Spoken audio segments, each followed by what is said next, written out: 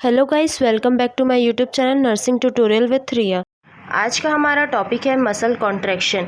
ये बहुत ही important topic है। ये 8 से 10 मार्क्स में पूछा जाता है। ये हर साल का एक फेवरेट क्वेश्चन है। ये हर साल कंटिन्यूसली पूछा जाता है, फिजियोलॉजी ऑफ मसल कॉन्ट्रैक्शन। तो आज हम इसकी स्टडी करेंगे। इसमें हम सबसे पहले इसका कंटेंट लिखेंगे। कंटेंट में हम लोग इंट्रोडक्शन लिखेंगे, structure of muscles, mechanism of muscle contraction, diagram and stages देखेंगे उसके। मसल कॉन्ट्रैक्शन कैसे होता है हम लोग उसको पूरा अच्छे से डिटेल में इसमें स्टडी करेंगे। सबसे पहले हम लोग देखते हैं इंट्रोडक्शन। इंट्रोडक्शन में देखते हैं muscle contraction is a process of shortening और lengthening of muscles during some activity और फिजिकल एक्टिविटी। मसल कॉन्ट्रैक्शन एक ऐसा प्रोसेस होता है जिसमें हम लोग शॉर्ट करते हैं, शॉर्टनिंग मतलब छोटा करते हैं, या फिर उसको लेंथनिंग मतलब लंबा करते हैं मसल्स को ड्यूरिंग सम एक्टिविटी और फिजिकल एक्टिविटी। जब भी हम कोई फिजिकल एक्टिविटी करते हैं, जैसे मान लो कोई एक्सरसाइज कर रहा है, उस टाइम क्या होता है, जो मसल्स होते हैं वो शॉर्ट भी होता है और लेंथ भी होता है, मतलब छोटा भी होता है और बढ़ता भी है। ये क्यों होता है? मसल कॉन्ट्रैक्शन के कारण होता है। Muscle contraction is a occur in a skeletal muscles. Muscle contraction किस में होता है? स्केलेटल मसल्स में ही होता है। स्केलेटल मसल्स कौन से? जैसे हमारे हाथ को मूव करने के लिए हमारे स्केलेटल मसल्स चाहिए, जो हमारे वॉलेंट्री कंट्रोल में होते हैं वो स्केलेटल मसल्स आते हैं। तो मसल कॉन्ट्रैक्शन स्केलेटल मसल्स में ही होते हैं। Structure of muscles. अब हम लोग देखते हैं मसल्स का स्ट्रक्चर को। Each muscles is made up of group of muscle fibres called fascicle.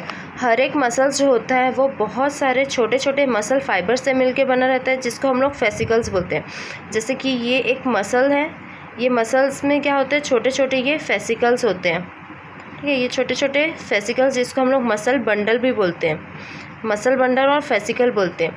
इसके अंदर फिर ये छोटे छोटे स्ट्रक्चर्स हैं, इसको हम लोग मसल फाइबर बोलते हैं। ऐसे हम लोग एक एक को ऐसे निकाल के देखते हैं तो ये क्या है? मसल फाइबर है, जिसके अंदर क्या होता है? मसल सेल्स होते हैं।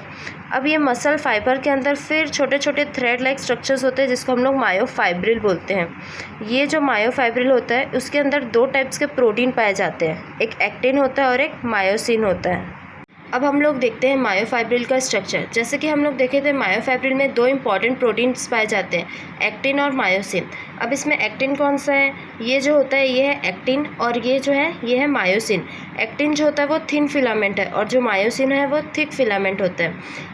जो हमारे स्केलेटल मसल्स हैं उसमें जो होते हैं बैंड्स पाए जाते हैं, जैसे ए बैंड्स है, आई बैंड है।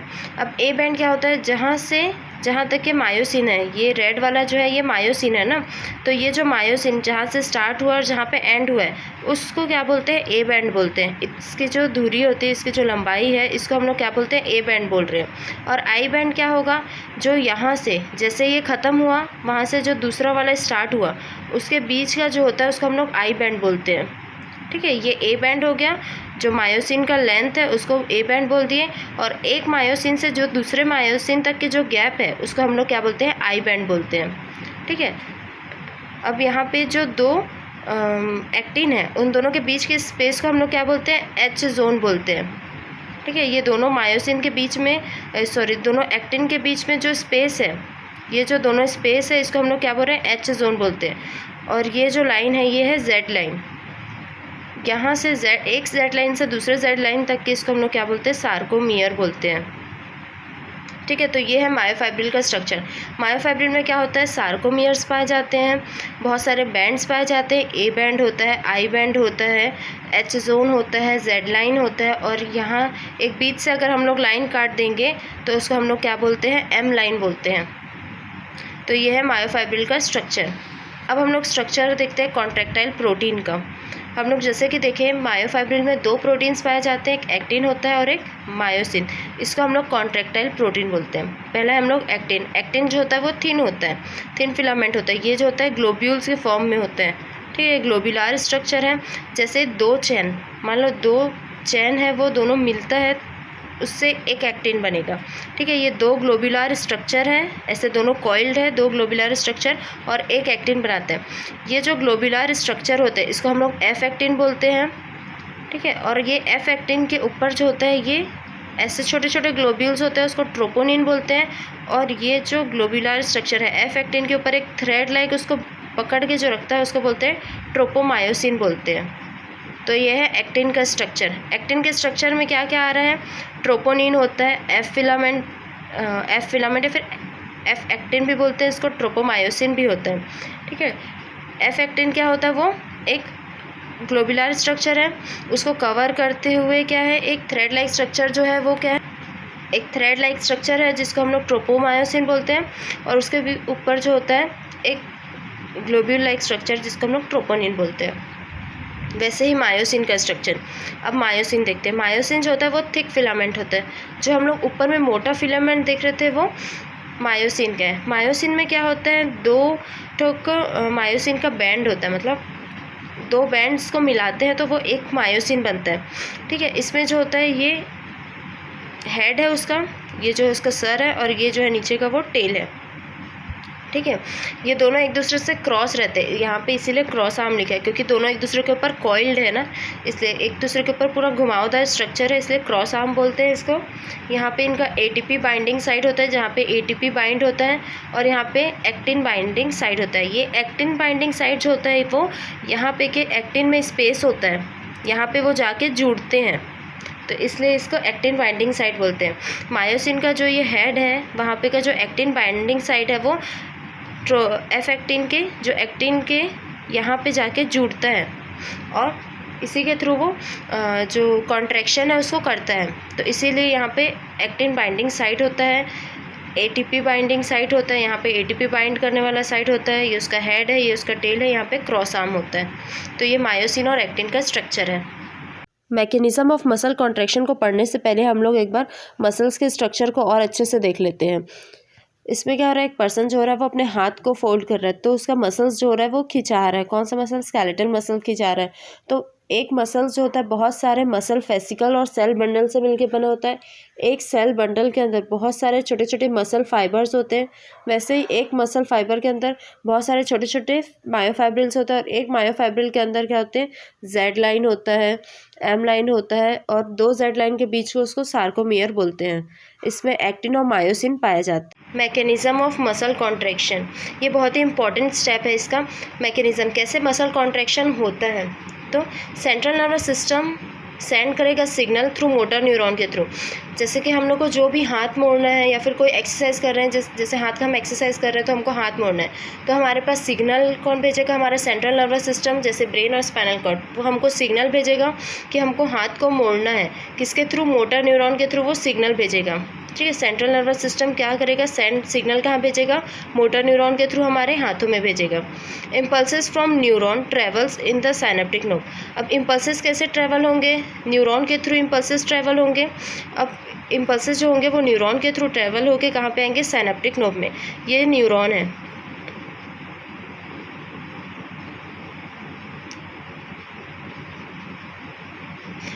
यहाँ पे ये न्यूरॉन है, मान लो ये हमारा ब्रेन है। ब्रेन से सिग्नल कहाँ पे आया, हमारे ब्रेन का सिग्नल कहाँ पे आया, हमारे न्यूरॉन के पास गया। ब्रेन से सिग्नल आया, मोटर न्यूरॉन के थ्रू आया, कहाँ पे गया, हमारे न्यूरॉन्स के पास इम्पल्स गया। अब ये इम्पल्स जो है ये न्यूरॉन से ट्रैवल होगा और कहाँ जाएगा, ये हमारे साइनेप्टिक नोब। यहाँ पे जो ये बड़ा सा ऐसे बलून लाइक स्ट्रक्चर होता है ना, वो साइनेप्टिक नोब होता है, तो वो साइनेप्टिक नोब के पास सिग्नल को भेजेगा। अब ये साइनेप्टिक नोब में क्या होता है, बहुत सारे न्यूरोट्रांसमीटर्स होते हैं। ये साइनेप्टिक नोब को बड़ा सा बनाती हूँ। यहाँ पे क्या होता है, न्यूरोट्रांसमीटर्स पाए जाते हैं, एसिटिकोलिन, ऐसे न्यूरोट्रांसमीटर्स होते हैं, एसिटिकोलिन होता है, डोपामिन होता है, ऐसे बहुत सारे टाइप के न्यूरोट्रांसमीटर होते हैं। ACH मतलब एसिटिकोलिन जो है वो एक न्यूरोट्रांसमीटर है। अब यहाँ पे ये मसल्स हैं, ठीक है। तो releasing of acetylcholine at neuromuscular junction. Acetylcholine जो होता है ये न्यूरोट्रांसमीटर को वो कहाँ भेजेगा, न्यूरोमस्कुलर जंक्शंस में भेजेगा। ये न्यूरोमस्कुलर जंक्शन क्या होगा, ये न्यूरॉन का लास्ट पार्ट न्यूरो, इसका न्यूरो, और ये मसल्स में आ रहा है इसलिए न्यूरोमस्कुलर जंक्शन। ये बीच के पार्ट को क्या बोलेंगे, न्यूरोमस्कुलर जंक्शन, ठीक है। तो सबसे पहले हम लोग क्या देखें, सेंट्रल नर्वस सिस्टम मतलब ब्रेन से सिग्नल कहाँ आ रहा है, मोटर न्यूरॉन के थ्रू हमारे न्यूरॉन्स में आ रहा है। अब ये न्यूरॉन से वो कहाँ ट्रैवल हो रहा है, साइनेप्टिक नोब में जा रहा है। साइनेप्टिक नोब, ये जो पार्ट है इसको साइनेप्टिक नोब बोलते हैं, ठीक है। साइनेप्टिक नोब, ये जो साइनेप्टिक नोब है वहाँ पे बहुत सारे टाइप्स के न्यूरोट्रांसमीटर पाए जाते हैं। ये बड़े करके दिखा रहे हो ना, कि साइनेप्टिक नर्व में क्या होता है, बहुत सारे टाइप के न्यूरोट्रांसमीटर्स पाए जाते हैं। जैसे एक हम लोग एग्जांपल लिए इसमें एसिटिकोलिन। अब ये जो एसिटिकोलिन है वो कहाँ पे रिलीज़ होगा, ये आएगा और यहाँ पे आके अपने न्यूरोट्रांसमीटर को बाहर निकालेगा। किस जगह में रिलीज़ करेगा, न्यूरोमस्कुलर जंक्शन में, NMG में, न्यूरोमस्कुलर जंक्शन में वो उसको रिलीज़ करेगा। अब क्या होगा, जैसे ही वो रिलीज़ किया तो एक्शन पोटेंशियल जनरेट होगा in sarcolemma of muscle fibers. Muscle fibers के सार्कोलिमा में एक्शन पोटेंशियल जनरेट होगा। मसल फाइबर, ये मसल्स को मसल फाइबर ही बोला गया है। वहाँ पे क्या होगा, एक्शन पोटेंशियल जनरेट होगा। एक एक्शन पोटेंशियल जनरेट होगा मसल्स फाइबर के सार्कोलिमा लेयर में। यहाँ पे एक लेयर होता है सार्कोलिमा का, वहाँ पे क्या होगा, एक्शन पोटेंशियल जनरेट होगा मसल फाइबर में। Intracellular release of calcium from the sarcoplasmic reticulum. अब क्या होगा, मसल्स में आया, क्या हुआ, मसल्स न्यूरोमस्कुलर जंक्शन में आया, एसिटिकोलिन रिलीज़ हुआ। अब ये क्या कर रहा है, इंट्रासेलुलर कैल्शियम जैसे ही यहाँ पे आया, सार्कोलिमा में एक्शन पोटेंशियल जनरेट किया। यहाँ पे क्या होता है, टी ट्यूब्यूल्स होते हैं, ये जो होता है टी ट्यूब्यूल्स होता है, टी ट्यूब्यूल होता है। वहाँ पे क्या होता है, कैल्शियम पूरा स्टोर हो, कैल्शियम रहता है ना। अब यहाँ से कैल्शियम ये रिलीज़ करना स्टार्ट करेगा, जितने भी कैल्शियम है वो रिलीज़ होंगे, ठीक है। Intracellular release of calcium from sarcoplasmic reticulum. जैसे कि हमारे सेल्स में, नॉर्मल सेल्स में क्या होता है, एंडोप्लाज्मिक रेटिकुलम होते हैं, तो मसल्स में क्या होता है, वैसे ही सार्कोप्लाज्मिक रेटिकुलम होता है। तो वो सार्कोप्लाज्मिक रेटिकुलम क्या करेगा, कैल्शियम को पूरा रिलीज़ करना स्टार्ट करेगा। अब कैल्शियम यहाँ पे पूरा रिलीज़ हो रहा है, तो अब क्या होगा, मसल्स के अंदर कैल्शियम का लेवल इंक्रीज़ होते जा रहा है, क्योंकि वो ज़्यादा से ज़्यादा रिलीज़ हो रहा है। Increase in calcium level leads to bind of calcium with a subunit troponin. अब जैसे कि कैल्शियम का लेवल इंक्रीज़ हो रहा है हमारे मसल्स में, तो वो क्या करेगा, बाइंड करेगा किसके साथ, ट्रोपोनिन के साथ, सब यूनिट ट्रोपोनिन के साथ बाइंड हो जाएगा। हम लोग देखें एक्टिन में क्या होता है, ट्रोपोनिन पाया जाता है। तो अब जैसे यहाँ पे कैल्शियम रिलीज़ हो रहा है, ये मसल्स के अंदर ही स्ट्रक्चर होते हैं ना, एक्टिन और मायोसिन। तो जैसे कैल्शियम का लेवल मसल्स में इंक्रीज़ हो रहा है, तो ये कैल्शियम क्या होगा, इससे जाके बाइंड हो जाएगा, किससे, ये ट्रोपोनिन से जाके बाइंड हो जाएगा। एक्टिन में जो ट्रोपोनिन होता है उससे कैल्शियम जाके बाइंड करेगा और यहाँ के चैनल्स को वो खोल देगा।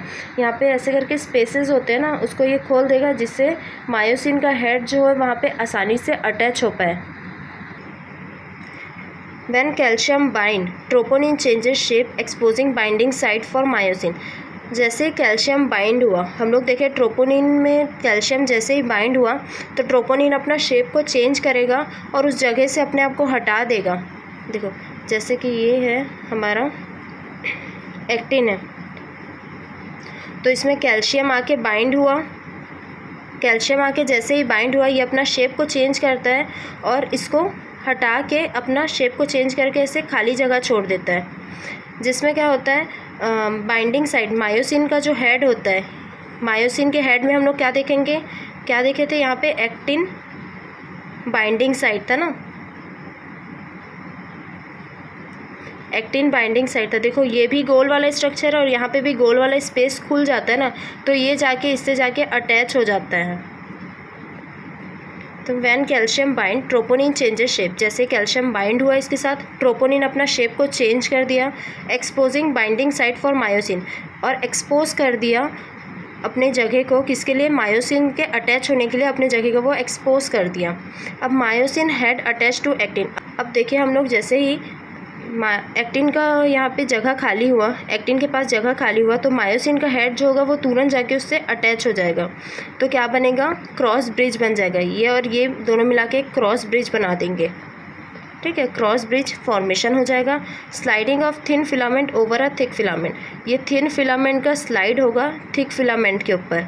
थिन फिलामेंट कौन, एक्टिन का जो होगा वो स्लाइड होगा थिक फिलामेंट के ऊपर, उसी के थ्रू मसल कॉन्ट्रैक्शन होगा। अब इन मसल कॉन्ट्रैक्शन में क्या होता है, देखो मसल कॉन्ट्रैक्शन में ये नॉर्मल है। नॉर्मल में क्या है, हम लोग देखें ये जो है ये क्या है, एक्टिन है, ये मायोसिन है, ब्लैक वाला मायोसिन और रेड वाला एक्टिन है। यहाँ पे एच जोन है, यहाँ से यहाँ तक के क्या है, आई बैंड है, इससे लेके यहाँ तक के आई बैंड है, और यहाँ से यहाँ तक के मतलब जो दो एक एक्टिन का पूरा को क्या बोलते हैं, ए बैंड बोलते हैं, और एक एक्टिन से दूसरे एक्टिन के बीच का जो स्पेस होता है उसको आई बैंड बोलते हैं। ये नॉर्मली में है, ठीक है। अब मसल, जैसे मसल कॉन्ट्रैक्शन होगा तो कॉन्ट्रैक्ट होगा तो कॉन्ट्रैक्ट मतलब ऐसे करके दबेगा, दबेगा तो क्या होगा, ये लाइन ऐसे करके दबेगा, दबेगा तो क्या होगा, ये जो बैंड है एक्टिन है वो पास पास आ जाएंगे। जैसे इसमें है कॉन्ट्रैक्शन हो रहा है तो एक्टिन क्या हो रहा है, वो पास पास आ जा रहा है, यहाँ पे स्पेस कम हो गया। अब एक्टिन पास पास आ रहा है तो देखो क्या होगा, एच जोन जो होगा वो रिड्यूस हो जाएगा। जो एच जोन है या फिर एच बैंड है वो क्या होगा, वो रिड्यूस हो गया। तो हम लोग यही लिखेंगे मसल कॉन्ट्रैक्शन, जब ये कॉन्ट्रैक्शन हुआ तो एच बैंड क्या हुआ, वो रिड्यूस हो गया। ठीक है, अब ये दबा तो क्या होगा, यहाँ से यहाँ तक के क्या होता है, एक सार्कोमियर बोलते हैं ना, यहाँ से एक जेड लाइन से दूसरे जेड लाइन को के बीच के स्पेस को क्या बोलते हैं, सार्कोमियर बोलते हैं। जैसे ये दबेगा तो सार्कोमियर भी रिड्यूस हुआ, तो सार्कोमियर का लेंथ भी क्या हो जाएगा, रिड्यूस हो जाएगा और शॉर्ट हो जाएगा। हम लोग देखें ये और ये शॉर्ट हो गया तो सार्कोमियर का लेंथ भी रिड्यूस हो जाएगा। अब हम लोग देख रहे हैं आई बैंड, आई बैंड जैसे ही ये दबेगा और ये भी दबेगा तो यहाँ से यहाँ तक के में क्या है, आई बैंड भी रिड्यूस हो जाएगा, तो आई बैंड भी रिड्यूस हो जाएगा। A band, A band reduce हो रहा है क्या, नहीं हो रहा है, ये दब रहा है लेकिन यहाँ तक के नहीं दब रहा है ना कि मायोसिन को भी दबा दे, मायोसिन तो अपने ओरिजिनल साइज़ का है, तो जो ए बैंड है उसमें कोई भी चेंजेस नहीं होगा। तो हम लोग फोर्थ पॉइंट में आते हैं जो है diagram, muscle fibre contraction and relaxation. पहले हम लोग पूरा कॉन्ट्रैक्शन देखेंगे, उसके बाद इस तरफ रिलैक्सेशन अलग से पढ़ेंगे। कॉन्ट्रैक्शन, सबसे पहले कॉन्ट्रैक्शन होना, यहाँ पे आया ये न्यूरॉन है, सीएनएस से इम्पल्सेस आया, सीएनएस से क्या हुआ, इम्पल्स आया न्यूरॉन में। ठीक है, ये है, ये इसको हम लोग डिनोट करते हैं कि इम्पल्स आ रहा है करके ना। तो सीएनएस से इम्पल्स आया कहाँ पे, न्यूरॉन में, न्यूरॉन के कहाँ पे आया, ये क्या है, साइनेप्टिक नोब में आया, synaptic knob. And action potential arises at NM junction. अब देखो यहाँ पे एक्शन पोटेंशियल अराइज होगा एनएम जंक्शन, एनएम जंक्शन क्या है, न्यूरोमस्कुलर जंक्शन में आएगा। साइनेप्टिक नोब में आया है, ये साइनेप्टिक नोब को बड़ा सा बताया है। साइनेप्टिक नोब में ये क्या है, साइनेप्टिक वेसिकल्स है, साइनेप्टिक वेसिकल्स के अंदर क्या है, ये एसिटिकोलिन है, ये क्या है, ACH है ना। साइनेप्टिक नोब के अंदर क्या है, ये साइनेप्टिक वेसिकल्स, साइनेप्टिक वेसिकल्स के अंदर क्या होता है, न्यूरोट्रांसमीटर्स होते हैं, एसिटिकोलिन जो एक न्यूरोट्रांसमीटर है। ठीक है, यहाँ से इम्पल्सेस आया, साइनेप्टिक नोब में आया, साइनेप्टिक नोब से कहाँ पे जो है, साइनेप्टिक नोब में बहुत सारा साइनेप्टिक वेसिकल्स पाए जाते हैं जिसके अंदर न्यूरोट्रांसमीटर होते हैं। अब जैसे इम्पल्सेस आता है तो क्या होता है, ये जो न्यूरोट्रांसमीटर है वो इधर साइड साइड आते हैं और अपना जो न्यूरोट्रांसमीटर्स हैं उसको रिलीज़ करते हैं, कहाँ पे, एनएम जंक्शंस में, न्यूरोमस्कुलर जंक्शन में रिलीज़ करते हैं। ये जो रेड रेड है वो एसिटिकोलिन है, वो रिलीज़ हुआ, यहाँ पे दिख रहा है रेड रेड, ये यहाँ पे रिलीज़ हुआ। ACH is released bind to a receptor. अब यहाँ पे जो ACH रिलीज़ हुआ वो ये ग्रीन ग्रीन क्या है, ये रिसेप्टार है, उससे जाके वो बाइंड हो जाते हैं। ये रेड रेड वाले यहाँ पे ऐसे बाइंड हो जाएंगे, रिसेप्टार्स से बाइंड हो जाएंगे एसिटिकोलिन, और क्या करेंगे, एक सिग्नल भेजेंगे, एक्शन पोटेंशियल जनरेट करेंगे। ये action potential travel along the T tubules. अब ये जो है टी ट्यूब्यूल्स है ना, ठीक है, ये मसल्स के अंदर, ये जो है ये मसल्स है ना, मसल्स में क्या होता है, ये जो होता है रिसेप्टार्स होते हैं, उसमें एसिटिकोलिन अटैच हुआ और क्या करेगा, एक्शन पोटेंशियल जनरेट होगा, जो ये जो टी ट्यूब्यूल्स है उसके थ्रू ट्रैवल करेगा। टी ट्यूब्यूल से जो एक्शन पोटेंशियल है वो कहाँ जाएगा, हमारे ये सार्कोप्लाज्मिक रेटिकुलम में, सार्कोप्लाज्मिक रेटिकुलम में, सार्कोप्लाज्मिक रेटिकुलम में क्या, सार्कोप्लाज्मिक रेटिकुलम में जाके वो क्या करेगा, कैल्शियम को रिलीज़ करेगा। ये ग्रीन वाला जो कैल्शियम है वो रिलीज़ होगा। अब कैल्शियम रिलीज़ हुआ तो मसल्स के अंदर क्या होता है, एक्टिन और मायोसिन होता है। जैसे कैल्शियम रिलीज़ हुआ, कैल्शियम रिलीज़ हुआ तो वो ट्रोपोनिन से जाके बाइंड होगा और उसके शेप को चेंज कर देगा। ट्रोपोनिन का जैसे ही शेप को चेंज किया, यहाँ पे जो होगा जगह खाली होते जाएगा और यहाँ पे स्पेस होते जाएगा, उसके लिए स्पेस होगा ताकि वहाँ पे जो है मायोसिन का हेड अटैच हो पाए। तो जैसे कैल्शियम इससे जाके बाइंड हुआ तो वो अपना शेप, ट्रोपोनिन अपना शेप को चेंज किया तो एक्टिन बाइंडिंग साइट जो होगा वो खुल जाएगा। एक्टिन बाइंडिंग साइट खुलेगा तो मायोसिन का जो एक्टिन बाइंडिंग साइट है ऊपर वाला वो उससे जाके अटैच हो जाएगा। मायोसिन का हेड जो एक्टिन के पास जो जगह है, ग्लोब्यूल वाला जो जगह है, वहाँ पे जाके वो अटैच हो जाएगा। तो thick and thin filament interaction leads to muscle contraction. जैसे ये थिक और ये थिन फिलामेंट का इंटरेक्शन हुआ, दोनों जुड़े, क्रॉस ब्रिज बनाए, तो क्या होगा, मसल कॉन्ट्रैक्शन होगा। अब मसल कॉन्ट्रैक्शन के कारण क्या होगा, मसल कॉन्ट्रैक्शन में क्या होगा, मसल्स कॉन्ट्रैक्ट होंगे तो वो क्या हो जाएगा, थोड़ा सा पतला दिखाई देगा, खिंचाव दिखाई देगा ना, तो ये मसल कॉन्ट्रैक्शन हुआ करके बता रहा है। यहाँ से इस एरो के थ्रू बता रहा है कि ये कॉन्ट्रैक्शन हो रहा है। अब कॉन्ट्रैक्शन होगा तो क्या होगा, दोनों तरफ से कॉन्ट्रैक्ट कर रहा है तो मसल से होगा वो शॉर्ट हो जाएगा और प्रोड्यूस करेगा, एक टेंशन प्रोड्यूस करेगा। तो ये हमारा मसल कॉन्ट्रैक्शन का डायग्राम है। एक बार और बता देती हूँ। सीएनएस से इम्पल्स आया न्यूरॉन के थ्रू, न्यूरॉन से ये साइनेप्टिक नोब में आया, साइनेप्टिक नोब से, ये साइनेप्टिक नोब है बड़ा सा, साइनेप्टिक नोब में जो होता है साइनेप्टिक वेसिकल्स होते हैं, साइनेप्टिक वेसिकल्स जो होते हैं उसके अंदर न्यूरोट्रांसमीटर होता है जो एसिटिकोलिन है, वो एसिटिकोलिन रिलीज़ होता है कहाँ पे, एनएम जंक्शन में, न्यूरोमस्कुलर जंक्शन में। न्यूरोमस्कुलर जंक्शन मतलब न्यूरॉन और मसल्स के बीच का जंक्शन है, तो न्यूरॉन और मसल्स के बीच के जंक्शन को न्यूरोमस्कुलर जंक्शन बोलते हैं। यहाँ पे क्या होगा, एसिटिकोलिन रिलीज़ हुआ। ये जो एसिटिकोलिन है वो मसल्स में जो रिसेप्टार्स होते हैं उससे जाके वो बाइंड हो जाएगा। जैसे ये इस रिसेप्टार से बाइंड हुआ तुरंत एक एक्शन पोटेंशियल जनरेट करता है। ये एक्शन पोटेंशियल जो होता है वो टी ट्यूब्यूल्स के थ्रू ट्रैवल करता है और कहाँ पे जाता है, सार्कोप्लाज्मिक रेटिकुलम में जाता है। जैसे ये मसल्स के सार्कोप्लाज्मिक रेटिकुलम में पहुँचता है वहाँ से वो कैल्शियम को रिलीज़ करता है। कैल्शियम को रिलीज़ किया, ये जो कैल्शियम है वो जाएगा एक्टिन और मायोसिन के पास जाएगा और एक्टिन के पास जाके वो उसके ट्रोपोनिन से जाके बाइंड हो जाता है। ट्रोपोनिन से जाके बाइंड हो गए वो ट्रोपोनिन के स्ट्रक्चर को चेंज करता है, जिसके कारण क्या हो, मायोसिन का जो हेड है वो एक्टिन से जाके बाइंड हो सके और क्रॉस ब्रिज बना सके। तो जैसे ही कैल्शियम निकलेगा तो वो ट्रोपोनिन से बाइंड हुआ और ट्रोपोनिन के स्ट्रक्चर को चेंज करेगा, जिससे ये मायोसिन जो होगा उसका हेड एक्टिन बाइंडिंग साइट के साथ वो अटैच हो सके। अब ये थिन फिलामेंट और थिक फिलामेंट एक दूसरे के साथ इंटरेक्ट कर रहे हैं, जिसके कारण क्या होगा, मसल कॉन्ट्रैक्शन होगा। अब ये मसल कॉन्ट्रैक्शन का डायग्राम बता दे रहा है एक बार।